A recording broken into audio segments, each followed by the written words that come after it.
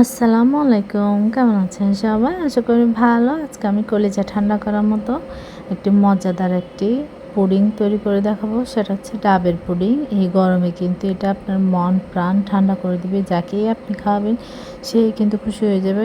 এতটা পরিমাণ রিফ্রেশিং একটা পুডিং, এবং যেহেতু এটা ডাব দিয়ে তৈরি, এটা কিন্তু অনেকটা স্বাস্থ্যকর। আপনি চিনিটা অ্যাড না করলেও কিন্তু এটা একদম স্বাস্থ্যকর একটা উপায় হয়ে যাবে। আমি এখানে 2টা ডাবের পানি নিয়ে নিয়েছি, দেখতে পেয়েছেন। আর এটা আমি, যেহেতু এখানে সামান্য কিছুটা ময়লা আছে, সেটা অবশ্যই কিন্তু আপনি এটা এরকম ছাঁচড়ি দিয়ে ছেঁকে নেবেন, স্ট্রেনার দিয়ে। না হয় কিন্তু আপনার পুডিংটা ভালো হবে না, খাওয়ার সময় ভালো লাগবে না। তাই অবশ্যই এটা কিন্তু আপনার মাথায় রাখবেন। আমার কিন্তু 1/2 কাপ পরিমাণ পানি হয়েছে এই 2টা ডাবের থেকে। আপনারা চাইলে একটা ডাবের পানি দিয়ে করতে পারেন। পানির পরিমাণটা আসলে আপনারা কতটুকু নিতে চান, কতটুকু করতে চান, সেটা আপনাদের উপর।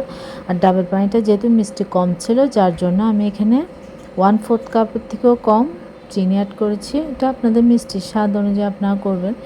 যেহেতু এটা পুডিং, তাই একটু সামান্য পরিমাণে একটু মিষ্টি হলে ভালো হয়, কিন্তু আপনাদের পছন্দ। আর আমি মিষ্টিটা সবসময় কমই খাই, যার জন্য পরিমাণে কম দিয়ে। আমার একটি ডাবে শ্বাসটা একটু পাতলা হয়েছে, আর একটা ডাবের কিন্তু শ্বাসটা অনেক মোটা হয়েছে, কিন্তু নারকেল হয়নি পুরোপুরি। তো মোটা হয়েছে এটাকে, কারণ ডাবগুলোর সাইজে বড় ছিল। যে পাতলাটা হয়েছে ওইটা নেওয়ার পর আমি আর কিছুটা পরিমাণ এখান, যে মোটা শ্বাস হয়েছে ডাব, সেখান থেকে আমি সামান্য পরিমাণ নিয়েছি। কারণ পাতলাটাতে যেহেতু এটা পাতলা হয়েছে, পরিমাণটাও কম হয়ে গিয়েছে, যার জন্য 2টা মিলে আমি নিয়ে নিয়েছি পরিমাণ মতো। এখানে 1 কাপের থেকে একটু বেশি হবে মনে হয়, সেটা আমি আসলে পরিমাণটা দেখিনি। দেখুন, আমি এভাবে লম্বা লম্বা করে নিয়েছি। আপনারা চাইলে এটা কেটে কেটে ছোটো ছোটো করে নিতে পারেন, কিন্তু এভাবে লম্বা লম্বা করে দিলে ভালো লাগে। এখানে আমি যে আগার আগার ডাবের পানি দিয়ে আমি মিশ্রণটা বসিয়ে দিয়েছি চুলা, অনবরত নাড়াচাড়া করে এটা আমি ঘন করে নিয়েছি। আপনারা যতটুকু ঘনত্ব চাচ্ছেন সে অনুযায়ী আপনারা নিয়ে নেবেন। এবার আমি যে মোল্ডে সেট করব সেটা নিয়ে নিয়েছি। আমি একটি কেকের স্কোয়ার একটি মোল্ড নিয়ে নিয়েছি। সেখানে আপনারা অবশ্যই প্রথমে ঘি, বাটার, তেল যে কোনো একটা ব্রাশ করে নেবেন, না হয় কিন্তু আপনার পুডিংটা উঠে আসবে না, ভেঙে যাবে। এটা অবশ্যই কিন্তু আপনার মাথায় রাখবেন। এখানে আপনারা কখনোই সরাসরি দিতে যাবেন না, তাহলে কিন্তু আপনি এটা পুডিংটা জমবে, কিন্তু বের হওয়ার সময় কিন্তু এটা বের হবে না, এটা লেগে যাবে। যার জন্য আপনারা এটা ব্রাশ করে তারপর কিছুটা পরিমাণ আমি শ্বাস দিয়ে দিলাম ডাবের। তারপর আমি যে আগার আগার পাউডারের পানিটা আছে ডাবের, সেটা দিয়ে দিলাম। সেটা আপনারা কিন্তু পুরোপুরি ঠান্ডা করবেন না, চুলা থেকে নামিয়ে একটু সামান্য একটু ঠান্ডা হলে, সামান্য হালকা একটু ঠান্ডা হলে কিন্তু এটা আপনারা ঢেলে দেবেন। না হয় কিন্তু এটা আবার জমে যাবে আপনি যদি পুরোপুরি ঠান্ডা করে ফেলেন, বা অতিরিক্ত গরমও দিবেন না। তারপর আমি উপরে আরও কিছুটা ডাবের শাঁস দিয়ে দিলাম। দিয়ে এবার আমি কিছু রুম টেম্পারেচারে কিছুটা ঠান্ডা করে এবার ফ্রিজে আমি রেখে দেব। ফ্রিজে আপনারা কমপক্ষে এটা 1 থেকে 1.5 ঘন্টা 2 ঘন্টা রাখবেন, তাহলে একদম পারফেক্টভাবে জমে যাবে। আর হাতে সময় কম থাকলে কমপক্ষে আপনারা কিন্তু 1 ঘন্টা রাখবেন, না হয় কিন্তু এটা জমবে না।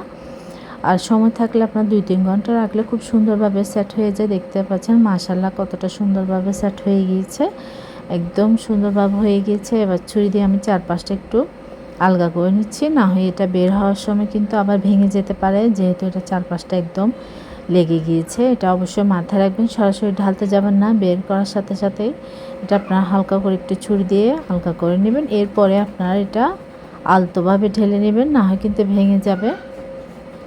যেহেতু এটা পুডিং, এভাবে করে আপনার হাত দিয়ে ট্যাপ করে করে দেখতে পাচ্ছেন মাশাআল্লাহ করে কতটা সুন্দরভাবে আমার পুডিংটা বের হয়ে গিয়েছে। আর আপনারা যদি আরও ছোটো মোল্ড নেন, ছোটো যে কোনো পাত্রে সেট করেন, তাহলে আপনার সাইজটা কিন্তু আর একটু মোটা হবে।